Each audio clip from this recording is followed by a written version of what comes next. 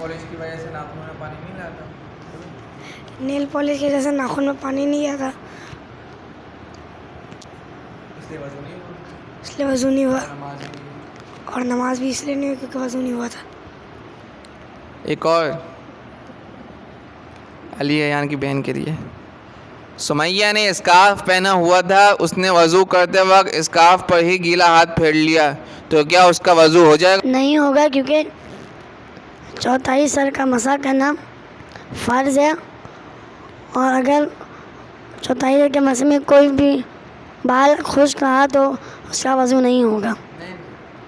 नहीं होगा इसलिए कि बालों का मसा करना फ़र्ज़ है, बालों का, स्कार्फ का नहीं। हाँ अच्छा, हमज़ा सियानी, मुझे बताओ कि मैंने टोपी पहनी हुई है और वज़ू करते वक्त मैंने टोपी नहीं उतारी और टोपी के ऊपर से ही मैंने मसा कर लिया, तो क्या मेरा वज़ू हो गया? नहीं, क्योंकि बालों का मसा करना है, टोपी का नहीं। हो गया।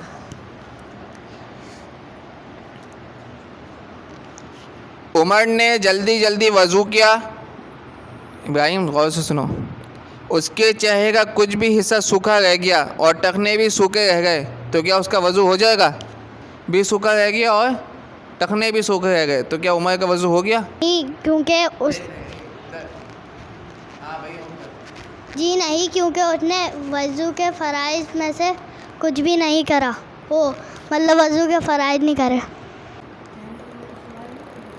चेहरे का भी हिस्सा सूखा रह गया और क्या रह गया भाई? टखनों का भी, तो दोनों चीज़ें फ़र्ज़ में हैं और दोनों चीज़ें सूखी रह गई तो वज़ू नहीं होगा। अगर वज़ू के दौरान कोई जगह खुश रह जाए और बाद में पता चले तो क्या करना चाहिए? मुश्किल सवाल है तुमसे।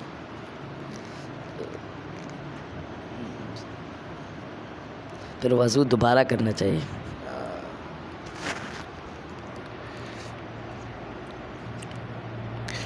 जो जगह खुश्क रह गई है उसको धो लें, दोबारा वज़ू दोहराने की ज़रूरत नहीं। मिसाल के तौर पे हम वज़ू किया, हमने ना पूरा वज़ू कर लिया, पता चला यार हाथ तो धोई नहीं, हाथ धोए नहीं, तो दोबारा वज़ू दोहराने की ज़रूरत नहीं है, सिर्फ हाथ धोना भी सही है। सही है, हाँ अगर ये सुन्नत है, एक के बाद एक चीज़ तरतीब वाइज धोना, पैर दर पे धोना, ये क्या है? सुन्नत है। इस सुन्नत के भाई फ़ायदे हैं। अगर आपके पास पानी है इतना तो आप कर लें भाई, पूरा वज़ू वापस से कर लें, लेकिन अगर अक्सर औक़ात तो ना बंदा सफ़र में पानी नहीं होता, तो उसके लिए पे ये नहीं कि भाई पूरा वज़ू कहीं नहीं, वापस सिर्फ हाथ धो लें काफ़ी है। सही है।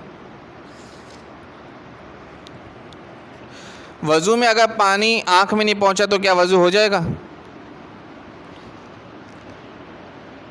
ना, वज़ू हो जाएगा, क्योंकि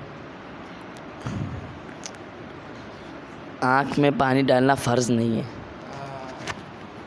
आँखों के अंदर का हिस्सा धोना ज़रूरी नहीं है, लेकिन ये जो ऊपर की जगह है ये गीली होनी चाहिए, अंदर की जगह गीली ना हो, आँख बंद करके भी धो सकते हैं। सही है, ऊपर का हिस्सा बस क्या होना चाहिए? धुला होना चाहिए। जाओ भाई। हमज़ा सियानी, आप नहाने गए, आप कहाँ गए? नहाने गए, और बग़ैर वज़ू किए आपने नमाज़ पढ़ ली, तो क्या आपकी नमाज़ हो गई? नहा के आए और नमाज़ पढ़ ली तो नमाज़ हो गई? जी, क्योंकि वज़ू जहाँ पे जिस हाथों पे और मुंह पे पानी लग गया तो वज़ू हो गया। वज़ू के फ़राइज़ पूरे हो गए ना? जी, बोलो। वज़ू के फ़राइज़ पूरे हो गए, इस वजह से नमाज़, इस वजह से नमाज़ हो गई। हाथ भी धुल गए, सही है, और जब नहाया तो भाई सर भी पूरा धुल गया और पाँव भी धुल गए, तो वज़ू के फ़राइज़ मुकम्मल हो गए, तो नमाज़ तो हो जाएगी, लेकिन क्या होगा? सवाब में कमी आ जाएगी इसमें ना, क्योंकि सुन्नत पूरी करना भी ज़रूरी है। ऐसा नहीं कि आप सिर्फ फ़र्ज़ कर रहे हैं, ऐसा नहीं, मजबूरी के अंदर कर सकते हैं। मजबूरी ये है कि सफ़र में है, पानी की किल्लत है, तो आपने वहाँ पे सिर्फ जना पानी का एहतियात से बचाते हुए आपने वज़ू के सिर्फ फ़राइज़ कर लिए, फिर आपने नमाज़ पढ़ ली। सही है।